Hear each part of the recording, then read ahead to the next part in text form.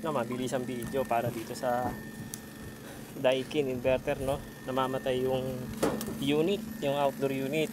So findings natin ito, F3 error nga pala ito mga katek to. Findings natin ito, sira yung isang sensor na mawala condenser sensor tsaka compressor sensor coil sira. Change value na siya. Dapat ang coil sensor na compressor is 50k, makaka-read kayo dyan ng at least 35 to 30 kilo ohms.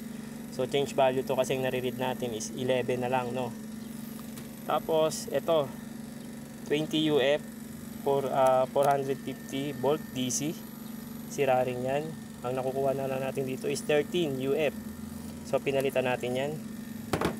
Itong EEB pinaka-importante, no, yan, kalawang na. So hindi na siya pwede kahit ilihain mo, hindi na siya makabukas ng gate valve doon, no. Pero yung coil niya okay pa, 49. May nakukuha tayo dito 49 ohms kada isang wire, mula sa pula hanggang blue, orange at saka white, no.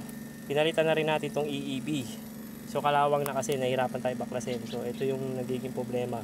Kasi pag sira yung EEB, mahirapan din si compressor, lalong lalo na kapag mahina na yung takbo ng compressor dahil sira na rin si capacitor DC, yung 450. Tapos isa pa niyan, ito, kapag change value yung coil sensor ninyo sa compressor, mag-F3 rin yan. So yun yung mga nakita natin sa F3 error ng Daikin. Pero ang nakalagay kasi sa error code ng F3 is high temp. So maraming ibig sabihin niya, maraming pwedeng panggalingan.